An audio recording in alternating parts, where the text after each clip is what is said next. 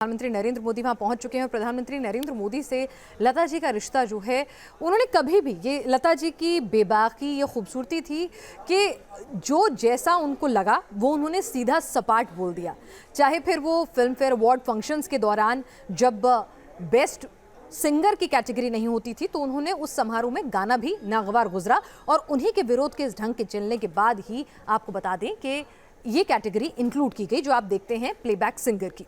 और जिस तरह से तमाम आलोचनाएं हों, कुछ भी हों, उनकी जो पसंद है नापसंद है उन्होंने मुखर रूप से वो सामने रखी। प्रधानमंत्री नरेंद्र मोदी की कार्यशैली की वो हमेशा प्रशंसक रही, तो इसको खुलकर उन्होंने इजहार किया। और प्रधानमंत्री नरेंद्र मोदी ने भी जिस तरह से उनके साथ उनके आत्मीय संबंध थे, सम्मान था, तो वो भी हमेशा इस बात का जिक्र करना कभी नहीं भूले। और भारत रत्न लता मंगेशकर जी की आखिरी विदाई के लिए प्रधानमंत्री नरेंद्र मोदी जो हैं अपने तमाम व्यस्त कार्यक्रमों को कैंसिल करते हुए वो मुंबई पहुंच गए हैं और अब से कुछ ही देर में वहां श्रद्धा सुमन अर्पित करेंगे, अपने आखिरी श्रद्धा सुमन वहां पर अर्पित करेंगे। यतीन्द्र जी, अगर मैं कहूं कि बॉलीवुड जहां पर रिश्ते जो हैं रोज नए रिश्ते बनते हैं, टूटते हैं, जहां इज्जत जो है हर शुक्रवार को तय होती है या हर नए असाइनमेंट से जो है कौन किसको कितना सलाम ठोकेगा, ये बहुत सुपरफिशियल होता है, बहुत कम वक्त के लिए होता है। ऐसे में लता जी की शख्सियत क्या आप देखिए कि पीढ़ी दर पीढ़ी उन्हें वो प्यार, वो इज्जत, वो रुतबा मिलता चला, कभी भी उसमें कोई कमी नहीं आई। शायद एक अच्छी गायिका होने के साथ साथ एक अच्छे इंसान की जो उनकी शख्सियत थी, जो उनका पर्सनालिटी थी, उसका भी एक बहुत बड़ा रोल रहा। आपने माननीय प्रधानमंत्री नरेंद्र मोदी की बात की तो मैं आपको याद दिलाना चाहूंगा कि लता जी की शख्सियत थी कि पिछले 75 सालों का उनका सांगीतिक करियर है और भारत के पहले प्रधानमंत्री से लेके अभी तक नरेंद्र जी तक उनका, माननीय नरेंद्र मोदी जी तक उनका प्यार आशीर्वाद मिलता रहा। सबका, जवाहरलाल जी का, लाल बहादुर शास्त्री जी का, इंदिरा जी, अटल बिहारी वाजपेयी। अटल जी को वो कहती थी कि मेरा नाम लता है, अगर इसको उलट के पढ़ें तो वो अटल हो जाता है। अंग्रेजी में LATA और उधर से उलट के पढ़े तो ATAL, अटल।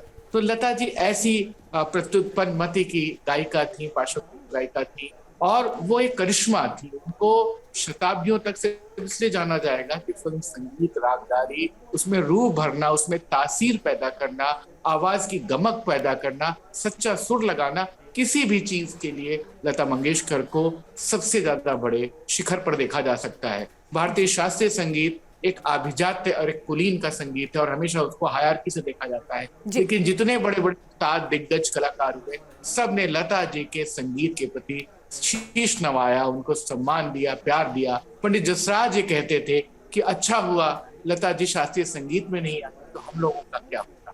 उस्ताद बड़े गुलाम अली खान ने कहा था कि कमबख्त कभी बेसुरी नहीं होती।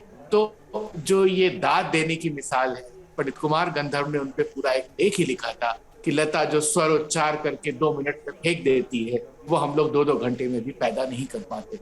तो लता जी की जो ये सफलता है, उनकी गायकी का जो प्रतिमान है, जो उन्होंने मानक गढ़ा है, जो भूतो न भविष्यति जैसा उसका व्यक्तित्व बना है, और सबसे बड़ी बात, सारे पुरस्कारों, सारी प्रतिष्ठा, सब यश अर्जन के बाद जो एक आम भारतीय के दिल में बसी हुई है।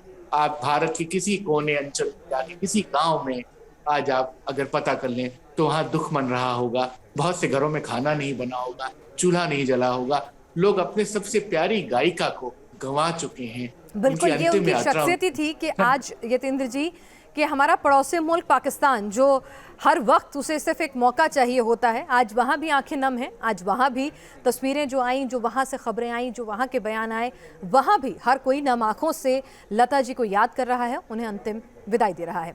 प्रधानमंत्री नरेंद्र मोदी परिवार के सदस्यों से मुखातिब होते हुए, उनका ढांढस बंधाते हुए, और यहाँ पर वो खासतौर से मुंबई पहुंचे लता जी को अंतिम विदाई, अंतिम श्रद्धांजलि देने के लिए। श्रद्धा सुमन उन्होंने अर्पित किए। देखिए, अगर देखा जाए लता जी ने एक भरपूर जीवन जिया है। 92 साल की उम्र में वो इस दुनिया से अलविदा ले रही हैं। अपने तमाम दायित्व, तमाम जिम्मेदारियां उन्होंने निभाई।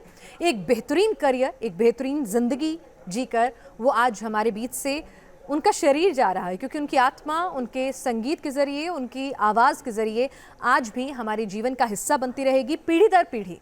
कभी हमारे दुख में, कभी सुख में, कभी हमें ढांढस बताती हुई, कभी हमारी माँ बनती हुई, कभी हमारी दोस्त बनती हुई, तो कभी हमारे मोहब्बत के अफसानों में एक सुरीली टान बनती हुई। उनकी आवाज़ यूं ही गूंजती रहेगी खनकती रहेगी। प्रधानमंत्री नरेंद्र मोदी परिवार के सदस्यों से मिल रहे हैं। यतेंद्र जी, आपकी आखिरी मुलाकात लता जी से कब हुई, क्या कुछ बात हुई? अगर कुछ ऐसा किस्सा, कुछ ऐसा उनके बारे में बताएं जो उनके फैंस जानना चाहें, उनके बारे में समझना चाहें।